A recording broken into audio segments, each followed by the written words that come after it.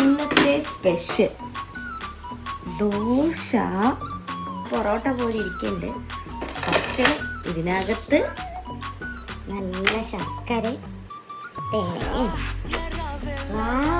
ദോശ നല്ല ടേസ്റ്റ് അല്ല.